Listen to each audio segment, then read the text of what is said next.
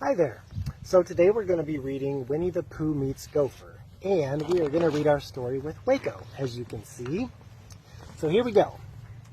Winnie the Pooh lived in the forest under the name Sanders, which really means he had the name Sanders over the door of the house he lived in, but that's all that it meant. One day when Pooh was sitting, his clock chimed. Now what does that mean, wondered Pooh. He knew it had meant something. But, being a bear, he had to think and think. And yes, that was it. It was time for his exercises. So up and down went Pooh, humming a little hum. Now, doing his exercises always made Pooh hungry. Oh, bother, the honey pot was empty again. There was nothing in it. He would have to go out and find some. And so Pooh went out walking, and he came to a sandy bank with a hole in it. It was Rabbit's hole. Ah, and Rabbit, he thought, might say, "Would you like to have a bit of lunch with me?" "Is anybody home?" called Pooh. "No," said a voice. "Father," said Pooh. "Isn't that you, Rabbit?" "No," said the voice. But Pooh stuck his head in the hole anyways. "Oh, hello, Pooh," said Rabbit. "What a pleasant surprise. Would you like to have some lunch with me?" "Well, I do feel like a little something, now that I come to think of it," said Pooh, and he settled down to a large helping of honey and milk without the bread. For a long time, Pooh ate and ate and ate. Then, in rather a sticky voice, he said goodbye to Rabbit and started to climb out of the hole. "Oh, help! Oh, bother, I'm stuck," said Pooh. "It all comes of eating too much," said Rabbit, and he started to push, but it was no help. "It all comes from not having front doors big enough," said Pooh.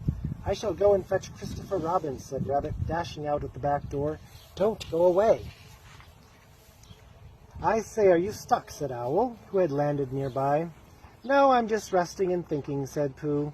Owl looked at him closely. "You, sir, are stuck," he said. "This situation obviously calls for an expert."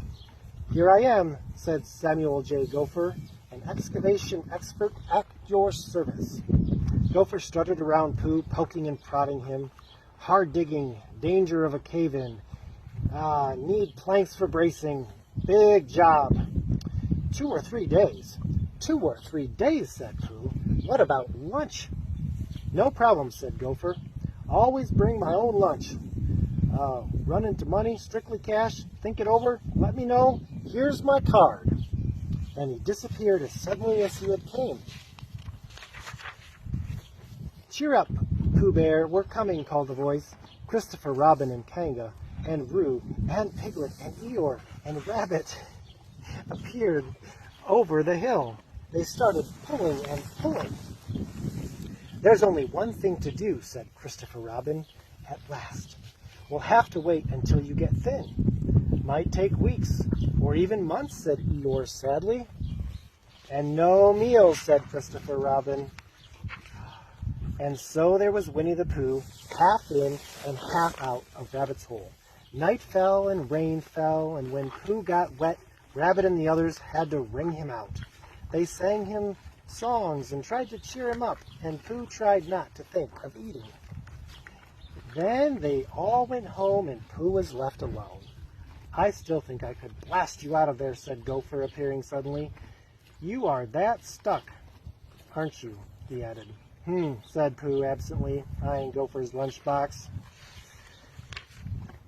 What's in that box, said Pooh, suspecting something.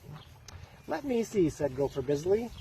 There's a little cold salmon and some custard and, oh yes, some honey. Honey, breathed Pooh. Honey, gasped Rabbit inside his hole. Oh, no, not that. Finding his front door still full, he dashed out by the back door and ran around just in time to see Gopher politely handing Pooh a fat jar of honey. Stop that at once, said Rabbit, snatching away the jar. Not one drop. But, Rabbit, I wasn't going to eat it, said Pooh in an offended tone of voice. Only taste it. Well, I will taste it, Rabbit said grandly. You are in a predicament. No tasting, no eating till you are thin. Thoughtfully, he tasted the honey, then gave the jar back to Gopher. Very good, in fact, not bad at all. But none for Pooh Bear. Rabbit was quite busy for a long time down in his hole. When he came up, he had a sign which he had made. The sign said, "Don't feed the bear." Gopher didn't come back after that. Pooh got thinner and thinner until at last, when they all pulled and Rabbit pushed, pop! Out came Pooh, and off he went flying through the air. Christopher Robin and Piglet and Eeyore and Kanga and Roo all landed in a heap. "Ah, where is he?" said Rabbit, looking out his front door at last. "Stuck again," said Eeyore sadly. "Don't worry, silly old bear," said Christopher Robin in a loving voice. "We'll get you out." "There's no hurry," mumbled Pooh Bear. "This is the right kind of tree and the right kind of bee." What a happy ending for Pooh. The end.